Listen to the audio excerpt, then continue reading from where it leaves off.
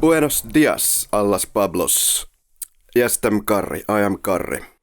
And further than that, I will not go. I'm lazy today. Henrik, what the hell is the Flick Lab? The Flick Lab is basically the two of us completely wasting our time and listeners' life while trying to sound extremely smug and smart. Exactly. Perfect. Couldn't have said it better. Yeah.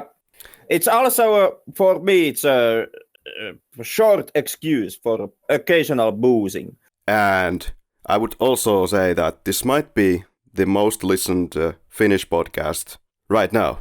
I can't say anything for the most listened Finnish podcast. If I'm going by the hashtag Finnish podcast, we are leading that.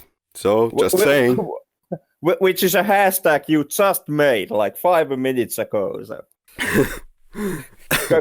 Congratulations, we are leading our own hashtag. This week we shall look at some brutalities in the form of Bone Tomahawk, and it is the first movie that was suggested to be in this podcast. There was no other than my brother from the same mother who was thinking of joining this podcast, and also this time it didn't really work. But we actually prepared in some way for these episodes, and I still have my notes from those like over 3 months ago, and I'm going by that. So this is the first film that was asked for us to cover here in this podcast, and this is episode 17. Yeah. If I'm counted our episodes right. So 17 episodes, people. Like that's the time in which we will cover your requests if you managed to make any. Exactly. Even if you are my co-host, so beware. Yep. So, we are as quick as Finnish Postal Office. Finnish Postal Office. Finnish Postal Office was supposed to, the last time, send a simple package as a priority one from Jyväskylä to Torun, Poland. Well, my postal code was 8700, and the closest one to that in Finland is 87000. So pretty close, nice try. The package went to Kajaani, then it suddenly went back to Helsinki, and then there was a lot of confusion, and finally we got the package going to the right country. So that's my experience of the current postal services of Finlandia. Yeah, that's the Finnish expertise right there. It pays to save. Including this podcast. In Spain, I'm freezing my freaking socks off. I'm now in a room, very small room, trying to keep some kind of warmth with my little mini sausage dog. And I'm not going to the living room because it's like Christmas time outside there. Well, at least 12 Celsius, I would say. So yeah, forget that. Hopefully in 2 days it will be better. You can only hope. And maybe escalate the global climate change. Almost got eaten by a tornado. It wasn't too far from here. Okay, did it have any sharks? You have to ask that from Sharknado makers. Dear listeners, there's going to be a lot of complaining in this episode, so beware. Yeah, well, how is that going to be any different from any other episode you have done? It's 17 episodes in a continuous complaining, and now you are actually giving our listeners the warning that there might be some complaining in this podcast. Yeah, I have so far recommended only 5 movies in this podcast. Yeah, and you complained on each one of those also, so... You gotta keep the full picture. It's not all roses and hugs and flowers, and also not complete agony. That is. Well, ladies and gentlemen, this movie was released in 2015, and it was made with an extremely small budget. The budget was $1,800,000 estimated. And This director is very talented. This movie might have been in the shadow of The Hateful Eight that was released on the same year. And it's written and directed by Mr. S. Craig Zahler, if that's how you pronounce that. Have you any experiences of this fella?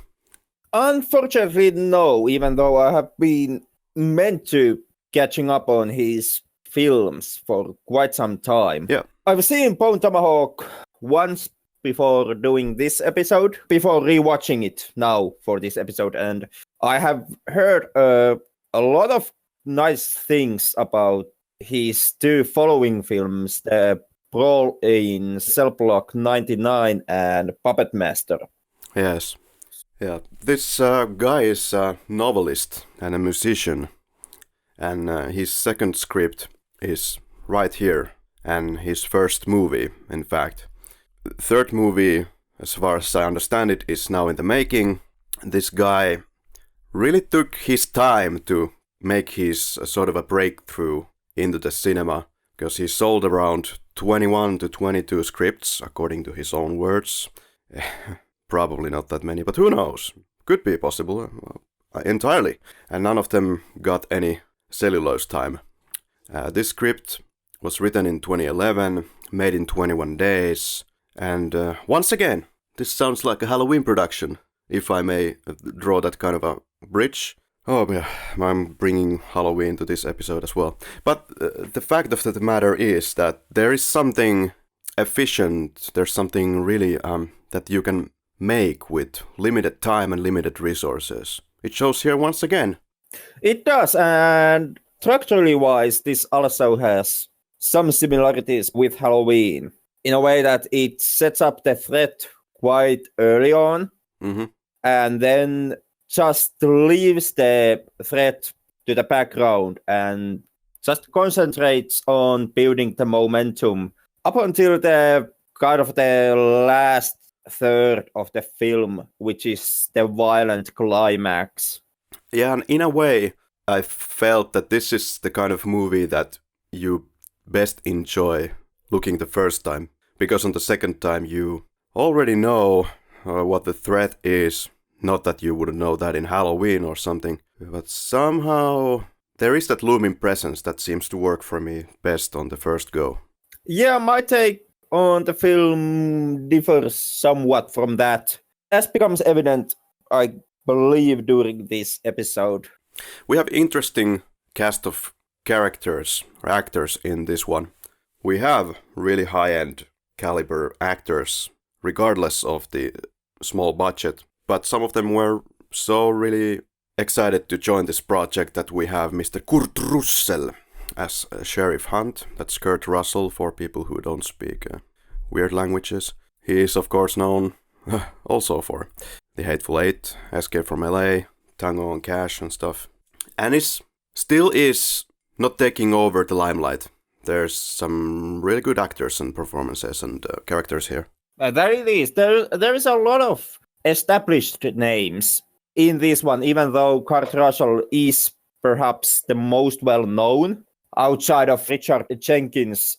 But when it comes to the rest of the cast, like Patrick Wilson is these days is quite well-known, especially in horror circles, thanks to his many collaborations with James Wan. And Matthew Fox, even though he has lost the best of the lost momentum that he once enjoyed, still is a relatively well-remembered name, still does quite notable work, and Lily Simons is one of these rising stars. And Matthew Fox and David Arquette, probably the best known for people my age from Scream. There's a good selection of vocabulary in this movie. This is written by somebody who knows his way around words. And maybe that's for the best if you're trying to write basically a Westerner, in which time people spoke in various different ways and constructions. I don't know if they would have used exactly these words that you hear here, but it certainly was a pleasure to listen to and look what actually some of the freaking words mean. There's also different kinds of racist and misogynistic tones in the, like, to bring the reality to the show. And there's also some dialogue that makes it abundantly clear that something is not happening. For example, this Native American makes abundantly clear that this is not about Indians, but it's about the troglodytes. Yep. I believe this movie is based in 1890s, based on the tombstone that you see where Richard Jenkins' character Chicory goes. And time-wise, you can bring up the point that black slavery has just ended. It was legal basically everywhere when the United States of America was founded. It lasted in some capacity still until 1865. Then it was prohibited nationally by the 13th Amendment. And this is shortly after that. About the misogyny, we kind of start off with that. As Arthur seems to treat her wife like trash, at least in today's terms, calling her a cow. I felt in the beginning that he didn't deserve to get her back, but different times as well. Also, something called sarcasm. Also, but quite rough sarcasm to me. I wouldn't go that far. Like, it was an obvious joke. Well. And technically speaking, he never called his wife a cow. He simply made a notion that the cow was more appealing than his wife. Yeah, nothing wrong with that. Well, have you seen that particular cow? I have not. Like, are you cow shaming in this podcast? That's what you are doing here. Yeah, think about the average cow, and I have a high belief level that this would not please Arthur unless he's into, animals. But this wasn't an average cow. This was one extremely specific cow that we are talking about here. Genetically modified? Well bred, I would say. I see some physical challenges there. To enjoy that moment with the town cow. That's merely because when it comes to cross-species erotica, you are extremely limited in your point of views. Like, you are stuck in the old days, and the basic heteronormative thinking where there is men and then there are female, and you are completely basically counting out any other forms, for example, cows. But first of all, you need some ladders and at least some small chair to kind of get it on at some moments. What about cooking and household keeping? That's only if you are a beginner. Oh. Like, those are how rookies do it. You want to get into details in this podcast? I guess we would actually get banned from the podosphere if I would get into the details. I can already see that our long-time listener and fan of this podcast, going by the nickname Definitely Not the Cops, is already typing and asking for our contact information on our Facebook page. Hashtag me cow. Oh dear. I don't know if I should let this go. I think I should kind of continue to kind of roast you to get more information about how this physically happens, and what about the high amount of released methane in the household. But on these modern times, for God's sake, you won't take the lady and tie her into the kitchen and housework. Yeah. Yeah, it's 2018, Everybody's a free spirit these days. So when it comes to household and cooking and housework, those fell on you to pull off. That's certain. I'm just trying to understand today's movie.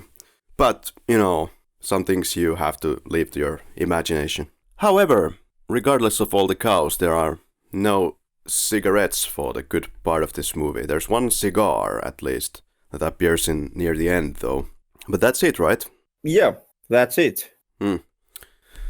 To be exactly thorough, the movie starts with David Arquette and the old man that are in the territory of the troglodytes. Oh, somewhere near their territory. They actually, David Arquette and Sid Haig both escaped to the troglodyte territory after hearing the incoming horsemen. After which they come to this... Yeah, it's hard to say what it actually is. Like, is it a burial ground or some ritual circle which they break? Yeah, let's call it a burial circle. Yeah, but definitely a holy place. Yeah. For these people. After which we have the cow scene, followed by scenes in the saloon, where we meet our sheriff and the assisting sheriff deputy. Right off the bat, we establish that this character, played by Richard Jenkins, he's not the brightest lit in the shed. And this is actually a kind of a part that is likely hard to pull off, to get all the timings right, to get the whole posture correctly. It's quite of a big plot point, but don't know if you found something more than meets the eye in this point. Was there something that you could see why they specifically made the point that Jenkins' character is not the brightest bulb in the intelligence spectrum? In many ways, it's to give some levity to this film and also bring up the humanity in the sheriff's character. Makes the other ones look more smart. That it does also, even though they most likely, I would say, they would not have needed the character of Chicory for that, since their dialogue carries it on its own. But the sheriff Hunt still kind of employing and keeping Chicory around as his deputy is something that can be seen as a form of a good deed for Chicory, giving him a purpose and something that still will keep him afloat within the town. In many ways, all of the characters at some point during this film bring out their good side, and they bring out the good in them through their interactions with Chicory. We follow this meeting with Chicory and the sheriff with a heartfelt attempt at procreation. Once again, we are in the saloon and we meet, is it called the Wanderer? He goes by the name of Buddy. Yeah, just Buddy. Yeah, his real name is Purvis. Yeah.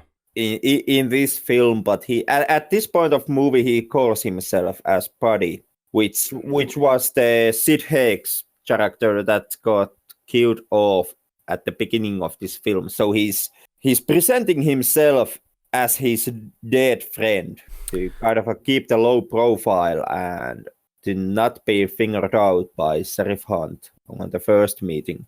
And Sheriff meets this identity theft guy. They have a small chat, shoots him in the leg, and now we have to introduce the Arthur's wife. Arthur's wife is a doctor also, and comes to help in the cell of the sheriff, this injured person. This is the last moment we see the wife, until the closing moments of the movie, to build the emphasis on their relationship that definitely has a lot of passion and emotion, affection. Arthur reads the letter that he wrote to her when he was away. And he reads it out aloud to himself, just to give you the firm grip on what he actually had written for his wife. Which is followed by the sniggering laughter, basically, from everyone watching this film. After which it moves on to a more heartfelt territory with the execution of this lonely ranch guy.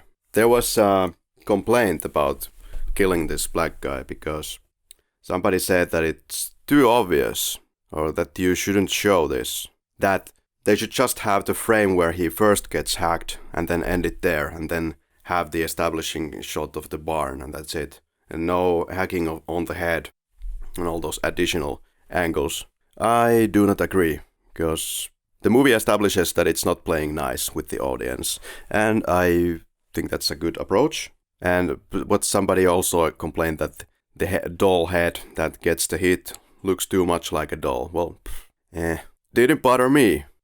This movie is trying new frontiers, more excessive violence in a westerner.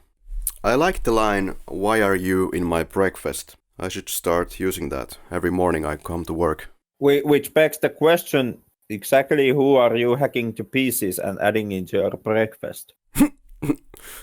I'm starting to see why we have never touched the Silence of the Lambs or any of the other Hannibal Lecter films here on this podcast. Anything you want to confess about your cooking? Well, even though now it's too late, but I would have to say that you have just combined the previous scene with the next scene that I completely, in a silly fashion, combined together in this podcast, and now I sound like a mass murderer. Yeah, well, it's all proteins. They are good for you. Sheriff gets information about this dead stable boy. His name is Bufford. After which they go to the sheriff's office, and we can see that also the wife of Arthur has been taken away, as well as David Arquette. I'm just gonna call him David Arquette. With the sheriff's other deputy. Yes. Yeah, you shouldn't be forgetting Deputy Nick here on this part of the film. Never. Arthur gets the information about the abduction of the wife, and he's all action with the broken leg, and half of the movie is basically listening to his agony with his leg. And here you see the picturing of the times when people were so stubborn, headstrong, that they would risk their life completely to save this innocent lady. Yep. Those old, ancient, long forgotten times, which completely in no way actually hold true in today's world. Good old times. Is that what you're trying to imply there, Karri? Yeah, I'm trying to imply how it's completely logical, of course, to romanticize 1890, when everyone was likely smelling like a pig, had a shower maybe, let's throw once a week, but everything was more complicated and diseases, and everybody knows that. So no, I wouldn't romanticize those times too much. And people got killed, as you see in these movies. Then again, this is once again, I mean, we have talked about this twice before, the way how you and me differ. Oh no. In some ways, how I'm the more feeling-based of the two of us, and you are the more rational one. So to me, kind of Arthur's decision here is extremely clear, since he's wandering off to save his loved one. Yeah, and he should have never left. That much is clear. I don't know. I mean, in the end, Arthur is the one who actually pulls it through. Just barely. Just barely, but still. By a chance. But still pulls it through and manages to save two people throughout this film. Also, in many ways, this is kind of there can be seen the theme of a modern man or today's man kind of letting go of some of the essence that he carries over as a modern male. Like in the beginning of the film, Arthur is the one who at least tries to be open about his feelings and has written this really heartfelt letter to his wife, which he is somewhat ashamed of reading to her since it's so intimate and so much about him. And throughout this movie, Arthur suffers extremely a lot physically by proxy of his leg. And then at the final stretch, he kind of embraces that pain, works through all that pain, and commits all these acts of savagery by becoming this person who uses this violence and is not so much about the feelings and the softer side that he has portrayed at the beginning of the film. He is able to save his wife and the deputy Chicory. And still the percentages would be highly against him making that heroic saving of his wife in the ending. So, well, anyway, I did really much enjoy some of the smarter people in this movie that were making rational choices and kind of out of necessity. There was somebody that said it quite well, that people do not use logic, people do not use their brain until it's absolutely necessary and nothing else works. That's when it comes to play. Maybe this is one of those situations, but we're talking about Sheriff after all. If he wants to stay alive, he better look at the probabilities. Yep. Then again, I would make the case that Arthur has the most reason to actually go on to this rescue mission. For the sheriff, it's basically saving his deputy, which is like his employee, and also some notion of him having to do that as the town sheriff and as a representative of the law. But to him, the drive is mostly loyalty to his deputy and also this feeling of responsibility that he has to bring out since he is the sheriff. For Chicory, it's, I would guess, part of being the deputy, but also loyalty to Sheriff Hunt. And for John Bruder, it's basically just a gentlemanish pride. Or just the boast that he is able to kill the Indians, because he did that before. That also, but yeah, when it comes to Bruder, it's two-sided. Does he go to join the rescue party just out of bigotry and this drive to shoot just a couple of more Indians? Or is that more of the gentleman aspect of his character? It might be a mix of all of those. It's a guy who says that he's the only one that is able to contribute something worthwhile here. He probably actually believes that, as he says he does. So there's the skill aspect, the pride aspect, the boast aspect, I would say. That is, but still, basically, none of these characters join in this rescue mission for logical reasons. They are all driven by emotional reasons, a feeling-based decision-making, which is strongest with Arthur, who is the one who is going to save his wife. Yeah, you could say that, but it's also the sheriff's and the deputy's responsibility to look into this and find out who and where they are and what kind of a threat they are to the town. Or then they could have just stayed behind with the pretense of protecting the town from the future attacks and just wait for the cavalry to arrive and take the matters on their own hands. Yeah, this particular situation needed haste, so it's more of an emotional decision for sure. And they pay a big price for that. I'm not sure if this expedition was worth it. There are only one of the people who leave survives, at least until the end credits, plus the wife. So and the deputy Chicory. Oh yeah. Yeah, two of the rescuers managed to pull it through. Okay, 3 survive. By a thread, 2 people die. Patrick Wilson, may I applaud you for playing the agony parts. You're good at it. If you're listening to this podcast, if I ever need any agony sound tapes, I will call you. And there's a lot of that. Maybe 10 minutes of just sounds. It is Patrick Wilson's character that is the most prominent aspect of the hardships and the suffering that the rescue party has to go through. The toughest role. I very much enjoyed the night scenes when they're next to the fire, just chit-chatting and wondering how everything is going to turn out. This is building the mood and the atmosphere really well. For most of the runtime of the movie, we do not know really anything about troglodytes. We know roughly that they shoot arrows and they dress like aboriginals. That's about it. You just see them for like a half a second in the beginning of the movie and that's it. You use a lot of imagination before you get to the actual antagonists. And this works to the advantage of the movie. There's a lot of moments where we just wait for them to arrive. We hear different kind of noises. We are, at least I was, a lot excited on my edge, just waiting for that moment. And then it finally comes, quite suddenly. There's also these possible thief characters that Matthew Fox's Bruder just straight up shoots.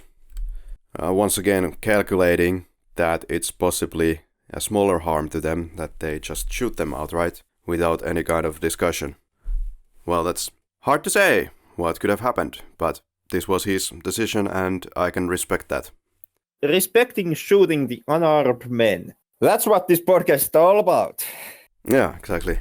Welcome. Yeah, well, to Bruder's defense, he most likely was right on his decision or his call that basically the two men approaching the camp during the nighttime were some kind of a front of a raiding party or scouts. Yeah, if two random people would just come to my camp in the middle of the freaking night, in the middle of nowhere, I would raise a lot of red flags. But you can't really know because the guy just shot them, so... But yeah. Yeah, so if Karri ever goes to camping, just remember to be extremely careful because he's likable to shoot you. Once when I was camping, I woke up at 3 or 4 a.m. in the middle of the night to sounds of what I thought was a bear. I was with a friend. We were freaked out as hell. Finally, after like 15 minutes when the noise wasn't so strong, we went outside and realized there was no one there. And the noise was probably coming from the other side of the lake. We still don't know what it was, but we suspected it was horny teenagers. So never trust your hearing. And the lesson number 2 out of this is never trust your feelings or your beliefs. Yeah, I wouldn't vouch on the second lesson. Unless your beliefs are based on facts. Once again, you still need both. You need logic and you need feelings to make the right decisions. So which one of us would have shot the bear, or what was suspected to be a bear? I actually was half expecting that your story would end that. I once went to camping and then I woke up at night at 4 p.m. and I shot a guy. Like, you really let everyone down there. And had I followed my emotions there, I would have been in a big trouble. Maybe bigger trouble than having the bear outside. Well, that only depends on if you would have followed through with your cooking advice and just eat the bodies. No, we had plenty of eggplants, so hunger was not an issue. Okay, but that does kind of give the explanation on why Jason Voorhees always kills the teenagers around Camp Crystal Lake. That may be the answer to the age-old question. Because he thinks they're bears. Yeah, or because they wake him up at 4 a.m. Like, I would be pissed at that time too. Poor Jason. Arthur's leg gets into a worse condition, and he's left considerably behind the others, while the others get to the headquarters of the troglodytes. There is a scene where Chicory straightens up the bones of Arthur. I was expecting the wide shot away from the scene and then get this "Ah!" But I didn't get that. So that was unexpected and maybe fresh and not so cliche. I was also expecting the film to actually show on close-up the straightening of the bone. Yeah. Tonally, no problem in this movie.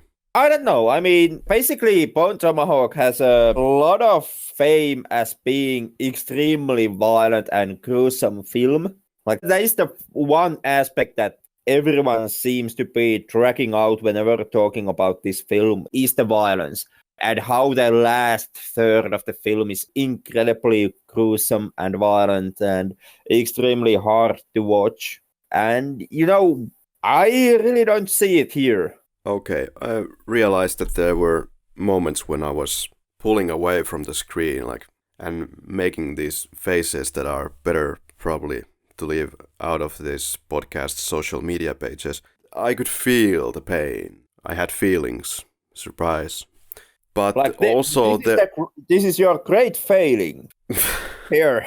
Welcome to Bone Tomahawk. But also the ending works so well as it does because there is no excessive violence really before we get to the ending. It's all it's all building like Halloween for forever, and then we get the slaughter party. Okay, because to me, mentioning the violence of Bone Tomahawk is pretty much just hype that has not that much anything to do with the film that I saw. Because to me, Bone Tomahawk is actually surprisingly tame, especially considering its kind of a fame.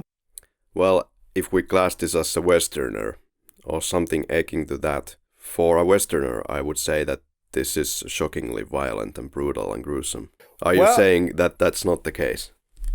I can see the argument when made for a Westerner, but as a movie outside of a Western genre, I wouldn't say that this is that violent. Or as a cannibal film, which this also is, especially on the Finnish DVD box art, which outright states that it's Kurt Russell against cannibals. So on both of those regards, I would say that this is a rather tame and non-violent film. In every occasion, it depends entirely on what you are likely to compare it on. Like, I know you as a horror film buff, so you maybe compare this to Cannibal Holocaust, which you haven't seen, but something akin to this section of cinema. Yeah, that could be, but I also feel that there is also pure action films that have been more violent than what Bone Tomahawk. Yeah, let's just say that it's pretty violent anyway, and it has a memorable moment of hacking a guy into 2 parts. Which you are not being shown that much, actually. Maybe, but it's shown enough. I would say that, okay, I know I'm going on to the individual examples here, but if we go with the Passion of Christ by Mel Gibson, on that notion, even the Christian movies are more violent than Bone Tomahawk. Yeah, if we get to the violence competition round, then you could easily pick something that is more violent than Bone Tomahawk. I believe some of them were filmed really in a gruesome fashion to really make the audience like feel that fucking pain. But the pain works the best because it's being held until the very end moments of the film. Could be. I didn't get that effect from this movie. During my first viewing of the film, and I still am relatively surprised on how low the violence is, on my opinion. Okay, considering of making this a huge sticking point and making 35 episodes of podcasts about this for you. The violence in Bone Tomahawk. No, not really. We can find some other aspects also in the film that might be more interesting. The atmosphere is very realistic. Perhaps this is what also contributes to the pain of the ending for me. It's a very, very slow burn, and it doesn't affect the enjoyment at all. On the contrary. And yeah, as said before, I think the pacing is what makes the violence click. There's chemistry on the characters. We care about them. Did you figure out how the pipe works when it's inserted into the sheriff's mouth? First they put the pipe in and then they whack him with another object. So how was the pipe needed in this moment? Or was it some kind of a drug that they fed him? I couldn't figure that out. The way I saw it was that it was merely used to choke the sheriff to cause nausea and pain, so that he would kind of struggle less because he has something shown down his throat at the moment. Mm. As an object, it does not serve any alternative purpose to kind of just being one instrument that is used to hurt the sheriff, so that he would struggle a little less because now he has to very largely concentrate on the pain. An entertaining part at the closing moments was to count how many of these troglodytes are still alive, and you're kind of biting your teeth whether they will get rid of them all or some will still remain. Yep, but could you stop doing that? Maybe you want to go to the next room. Yes. Yeah, apparently my dog was hungry listening to this episode. They get the sheriff and the deputy locked inside. We have this gruesome scene of cutting the guy in half. And they play the trick on troglodytes, and there's some sedative in the deputy's items, and they get the count of troglodytes down to 7.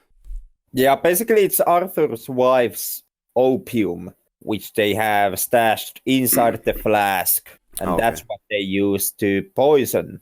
Right. 2 of the troglodytes, with one of the poisoning getting so severe that it's actually fatal. Gruesome moment where Arthur is cutting out basically the sound pipe of the troglodyte, wondering if it's jewelry. So I was wondering, why would he really go through the trouble? I guess he really thought it was jewelry, but then found some other use for it.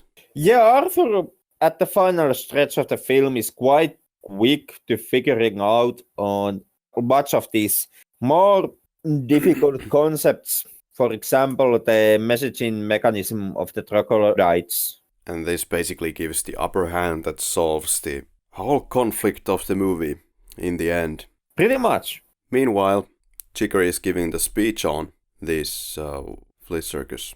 It's a moment that the director holds for a very long time. This is like a 2-minute moment. And in the end, the wife of Arthur gives out this straight out lie to give him some kind of solace, but a moment of happiness in the midst of total destruction. So-called white lie, as they say. Yeah, it's once again, this is basically the moment for Arthur's wife where she gets to show a little bit more of her humanity and the goodness of his heart through the way how she interacts with Chicory. Kind of like I said earlier, one of the running themes of this movie. Every character showcasing a better side of themselves by their interactions and how they react to Chicory. After which the sheriff gets what he doesn't deserve, and his drinking bottle is shoved down his hole in the stomach that was just made there seconds earlier. After which he instructs the rest of the cast to get out of the cave, give him the gun to finish off possibly the remaining troglodytes that might be wandering around in the vicinity. This tribe definitely has a lot of respect for women. Like they are only used as mere objects of breeding, as far as it's interpretable for me. Yeah, that's once again genre staple mark, which is the weird cannibal tribe or family of cannibals or whatever it is in each individual film, and their kind of a quite harmful and violent relationship to the woman. Yeah, would you say that this is a cliche? In a way, I would say this is a trope. Mm. You can kind of see the same mechanics in, well, not in the same extent, but I would still say that partly, for example, in Texas Chainsaw Massacre, and basically the whole family of hillside redneck cannibals in The Hills Have Eyes was based on rape. Like that was the breeding mechanism that had started the whole family of cannibal killers. And also during the earlier entries in the cannibal genre, the women usually are the ones getting it the worst. Samantha, Arthur, and Chicory get out to the burial ground. They cross it over again, which you can see as the reference to the beginning when the thieves do it as well. The ending leaves it open. What's going to happen to these characters? We hear the gunshots, which, in my interpretation, are coming from the cave. Sheriff shooting down 2 additional troglodytes, leaving still, I believe, is it 1 troglodyte chilling around, and it's indeed open. You never know what happened then. But there's hope left at the ending credits. There's quite a lot of hope at the end of this film. Like this is nowhere as cynical or downerish as it could have been. Then on the other hand, when you listen to it, it seems like these gunshots could be coming from outside, but who really knows? If that's the case, it probably isn't a troglodyte unless they, well, it actually could also be that the case if they somehow got to manage the gun of Brooder and if there were any bullets left. You know, open-ended, I believe. Yeah, I never got the feeling from this film that it was that open-ended. Okay. Like I can see the open-endedness in a mechanical level. The way the film ends, it's, if needed, it would be extremely easy to just pick off from where this one ends and make a sequel from that moment onwards and simply, for example, play, for example, the statement that the film never made it clear how big the tribe is. Unfortunately, at least for now, the dreams of a sequel were crushed away The budget was only the minuscule, as mentioned, $1,800,000. International box office suggests that the movie only got back $481,000. There is a possibility that the distribution may have been limited, but also if you're trying to battle Quentin Tarantino around the same time, that could be an issue. Overall, releasing Kurt Russell Westerner at the time of Hateful Eight is kind of a dangerous move. Yeah. I would have waited a little bit longer and released the film after Hateful Eight has exited theaters. Yeah. But then again, when it comes to movies these days, the business models are quite complex and they keep on changing from one movie to another. So in that sense, it's hard to say how much, for example, this movie made in the end and how much the movie was banking on the initial box office. About the words of this film. First is H-A-L-E, hail. This is of a person, especially an elderly one, who is strong and healthy. Sulk, more common, but sulk is to be silent, morose, and bad-tempered, out of annoyance or disappointment. For example, he was sulking over the breakup of his band. There's the word bushwhack. It's to live or travel in wild or uncultivated country. So if you go bushwhacking, remember that there may be bears that are revealed to be only horny teenagers. Somnambulist. S-O-M-N-A-M-B-U-L-I-S-T. Somnambulist is apparently a sleepwalker, also known as noctambulist. Some people have made the mistake of thinking that the antagonists of this movie, the troglodytes, that this word is actually a name for the tribe. But no. This is a word that is used for a person who lives in a cave, especially in prehistoric times. Then there is convalescence, time spent recovering from an illness or medical treatment, recuperation. Favorite performance of this movie is, I would say, Kurt Russell. To me, that would be Matthew Fox and John Bruder. Even though all the performances are extremely strong here, I still felt that Bruder was perhaps the most, well, not likable, but enjoyable character. And Fox kind of knocks it out of the park. When you think of this movie, what's the first image that pops to your brain cells? I don't have a specific shot, and the movie spends a lot of time just walking and riding horses in dry land. But what I remember the best about the movie overall is Arthur's character tagging behind and the others moving in front and still trying to be nice to Arthur and his project of saving his loved one, even in this particularly unhelpful condition. And some of the night scenes. To me, that still shot from the behind of the rescue party as the four of them are riding side by side to the dusk. Kind of a legendary shot. Kind of a legendary shot. You could also say kind of a Western cliche. But I am a man who can acknowledge my love for certain cliches. Certain cliches are needed in this life. Imagine if all the movies would be completely original in every single aspect. That would be extremely great in many ways, but basically these days it's completely impossible in any form of art and media, or I would even make the case that in life itself. Well, life in the essence is a cliche. Yeah, and I'm acknowledging here, by the way, that I like some kind of nods or occasional repetitions. That brings you that kind of a familiarity feeling. In good or bad. Well, what is your favorite death scene? For me, it's cutting their friend in half at the end. Oddly enough, to me, it's that scene where they have camped during the night, and it's not even actually a death scene necessarily. Like, it's extremely hard to tell if anyone died during this scene, but they have camped for the night, and Broder has set up his alarm system, and they are all trying to sleep. Broder is reading his book, and all of a sudden there is that jingle as the alarm system goes off, and Broder, without even stopping to think about the moment, just drops his book, draws his gun, and shoots at the direction of the noise.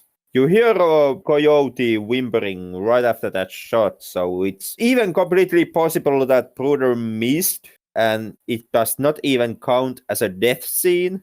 Mm-hmm.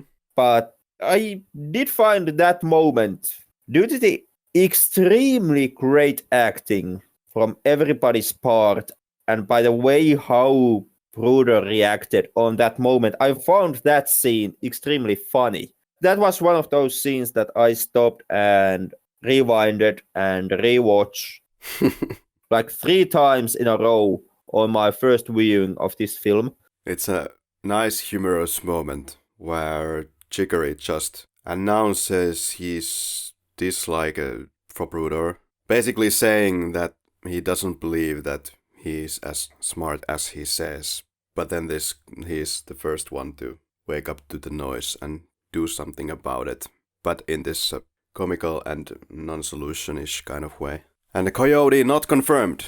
Not confirmed. It could be the long-lost poodle of Broder that he just left on the desert by accident. It could be, or it could be just 2 coyotes, and Broder managed to kill the other one, and the other one is running away scared. Like, that could have also happened. Impossible to say since you don't actually see the aftermath. My favorite quote would most likely be when they have pretty much started their little adventure, and somebody of the characters says, "I know the world is supposed to be round, but I'm not so sure about this part." It sounds very Chicurian. This is a movie that has a lot of great quotes. Like, this is extremely quotable film on its own right. Yeah, for me, my pick most likely from a numerous, extremely well-written dialogue exchanges still would be Broder's comeback to Chicory when Chicory questions if Broder is the smartest one of the group, and Broder shoots him down by stating that smart men don't get married, which is a god-honest fact. And words to live by. I like that, and I wondered if somebody would actually out such words during those times. I don't know about during those times, but someone should definitely out those words during these times. Yeah. Yep, some lessons are valid throughout the centuries, and this is one of them. Smart men don't get married. Also liked the wife of Samantha saying this is why frontier life is so difficult. Not because of the Indians or the elements, but because of the idiots. Also, yeah, also words of truth right there. Or say goodbye to my wife. I'll say hello to yours. But in fact, when I returned to these notes after 3+ months, I read this quote and I wondered, what the hell have I written here? Like, if you take this some other way, out of that particular context, this could be really inappropriate. Yeah, it could, but that just goes to show you the importance of the content. Yeah, I should make some points about YouTube comments, because I like to read trash. There are some gems sometimes. For example, there was an imaginary quote. "Where did Nick go? Oh, he had to split. Ha ha ha." And then there was somebody commented about the cutting in half of Nick, that it's difficult but not impossible to fap to. Well, I leave that up to this commenter. Well, Henrik. Would I recommend Bone Tomahawk? It's definitely not impossible to fap to.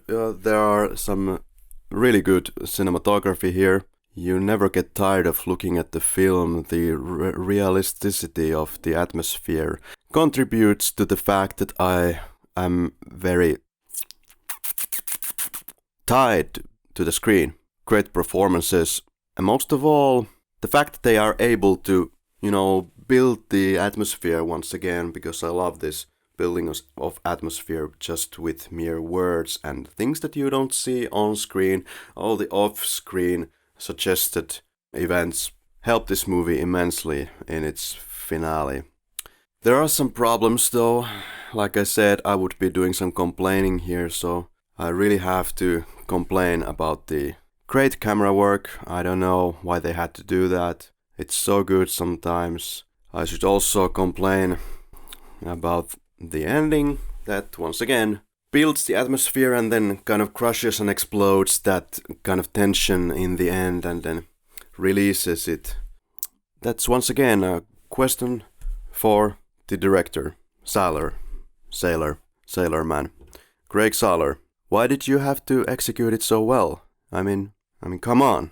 We have had so many shitty movies in this podcast that I don't know why did you have to change the mood all of a sudden like this. But hey, works for me. So, would I recommend Bone Tomahawk, all tongues and things considered? I would not recommend Bone Tomahawk for the faint-hearted, but I would recommend it otherwise. Great movie. On the other hand, I would not recommend it as a porn or fapping material in general, but it does get a flying recommendation as a film. To me, the violence is way overhyped and something that you definitely should not watch this film for. This is not something for the gore hounds in the audience, but it is well-made film. It's well shot, it has magnificent performances, great characters, extremely well-written dialogue, and quite a lot of heart in its core. So this is a worth of a recommendation. It's well-made film all around, and I could believe that, or I can see that this will end up being a cult film. It might just kind of already be in some attributes. I definitely think it will get there if it's not there already. What's the best scene? I would, as my pick, I would go with the flea circus scene. To me, it's one of the most humane and most heartfelt scenes of this movie. There is a lot of nice scenes, a lot of scenes that have a lot of humanity, but this one being so near at the end, at such of a dark moment, and Chikori showcasing here once again that childish belief in something that logic would repute almost instantly, and the rest of the crew just going along with it. To me, that really kind of hammers down what these characters are all about deep down. So there, the flea circus scene. That's my pick. That's my pick as well, because that really stands out in the end, because of all the aforementioned reasons. The audio landscape is really minimalistic, as we have noticed. There's barely any music. Is there any music? I didn't notice any music, that's for sure. There is some, but not that much. At some points, individual scenes are being elevated by a background soundtrack. The usage of soundtrack is being kept very limited, and the soundtrack in itself it's a slow burner with not that many notes so that you would actually pay attention to the soundtrack. In this movie, the soundtrack is very easy to miss while watching the film. It is, and it seems that it's working to the movie's advantage. The movie has the realisticity to it thanks to the lack of music, I would argue. You could argue easily against it, but the fact that there is less going on audio-wise, I think it contributes to the atmosphere being so brutally realistic, and even on the moments of tension, you don't get your padam padam padam padam music. And it does tie into the minimalistic nature of this film. Yeah. if this movie would have those high notes or those moments when the music really ramps up and kind of comes out of the scene. To give you an easy example, in any of the Marvel movies, where you definitely get those moments where the music comes off the movie and becomes part and a kind of an entity of its own. Like if this movie would have the soundtrack acting like that and have that kind of a soundtrack moments in it, I would say it really would hurt the film and the atmosphere that it so carefully builds throughout its running time. Yeah. But often when you come out of your average Marvel film, it's like your ears are completely numb and you have to recover from that shockwave blast of action and ripping off parts of the earth and throwing things around and explosions that it takes some time to recuperate. But that's my take. My endless love for Marvel movies. There are some nice ones. I like the Ant-Man in the sense of it being still a superhero story, which is really a genre that we could fight about if you love it. Maybe in a future episode. One Westerner that I, for some reason, really always liked a lot is McKenna's Gold. Have you seen this one? Which one was that? Well, it's a Gregory Peck once again. And in that case, no. In the end, they go to this huge crater type of thing, and they have a map, and they think there is gold in there, and they find nothing. And I think the ending is really tragic, but I can't remember it anymore. Yeah, I'm not a Westerner that I would have seen myself. When it comes to Western cinema with Gregory Peck in it, that's kind of an uncharted territory for me. I'm more of a John Wayne and Clint Eastwood guy.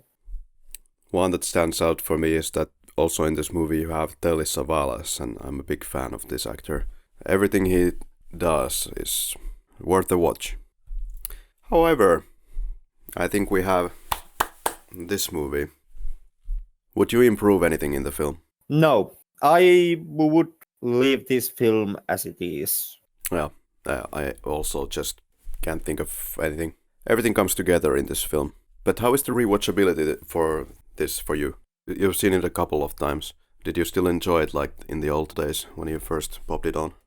I did. To me, it played very much on the fact that, as mentioned, to me, the violence at the end of the film did not come off as any kind of a shocking moment. And I was actually half expecting it, thanks to the Finnish DVD box art. So in that sense, there was very little kind of these big surprises that this movie could have offered. And due to that, what I enjoyed on the first going with this film, I could still enjoy very much now on my second viewing. And there was no this element of surprise that would be lost to me on repeated viewings. Yeah, so I watched this like 3 months ago and now I watch it again. But with the haphazard concentration, since I've been a little bit busy here, but this might have contributed to not feeling as engaged with it as the last time around. Or just the fact that I just watched it like 3 months is not such of a long time after all.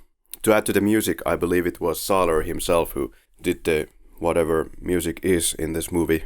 Zahler has his own band as well. It's called the Realm Builder heavy metal band. Listen to a few tracks. I guess it's okay for people who are usually in that sort of music. Zahler's favorite films are The Wild Bunch, 1969, 2001 A Space Odyssey, not made in the same year of course, The Bridge on the River Kwai from 1957. I'm still yet to watch The Bridge on the River Kwai, but sounds like a movie worth of my limited time here in this podcast. The synopsis is, after settling his differences with the Japanese POW camp commander, a British colonel cooperates to oversee his men's construction of a railway bridge for their captors while oblivious to the plan by the Allies to destroy it. And this is like a classic. Very positive remarks. It's like 2 hours and 41 minutes long. Have you seen it? I've seen it some years ago. Okay. Haven't rewatched it recently. Yeah. to my great shame, but what can you do with a limited time? To keep yourself up at night and watch some more movies with the bloody eyes. That's what I'm already doing for this podcast. So I would say that anymore staying late at night and trying to crash through the workload on the second day would just mean that the blood vessels on my eyes would actually just pop. Well, I will give your blood vessels a little break because the next recording is over a week from now. So, with new bloodshed eyes until the next week. Next week we have Komisario Palmun erehdys. Inspector Palmus error. If I can find this movie. It's a little hard out here in Spain. But the Finnish Independence Day is looming on the horizon. And this is the movie that has been the most respected by critics as of a poll as of late. And we hope to bring it to you. And if not, there's always the 35 versions of The Unknown Soldier. So I think we'll be safe with this one. I don't know if safe is the right word to use for our listeners. Of our listeners in this podcast, seeing that we are planning to cover a Finnish film next. I know your romanticized approach to Finnish cinema, so I tried to be nice to you and pick the best one. So to avoid any kind of pain that you might suffer. Are we that bad at filmmaking? We have good cinematography, but sometimes we have really terrible films. We are not that bad filmmaking as I make it appear here. Yeah. Yeah, we have pretty stellar history in film, and we still make a decent film these days.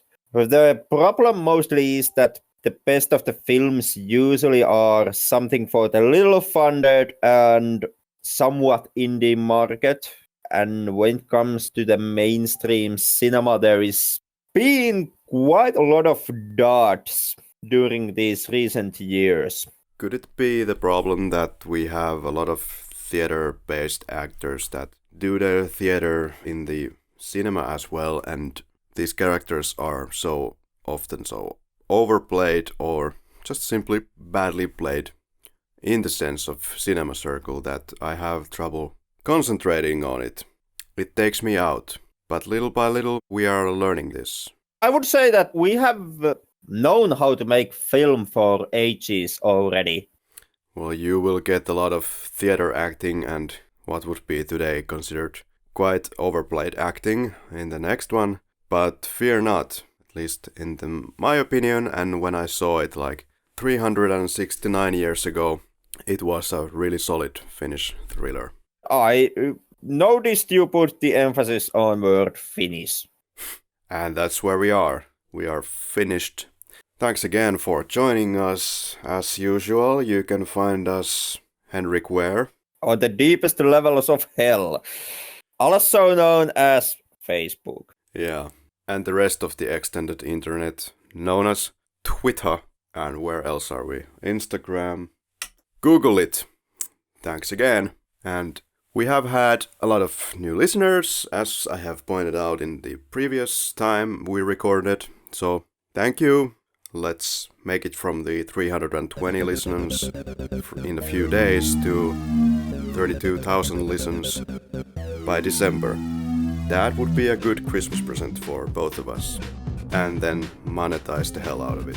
Yeah, the Patreon texts are already in the making. Sayonara. See you the next time.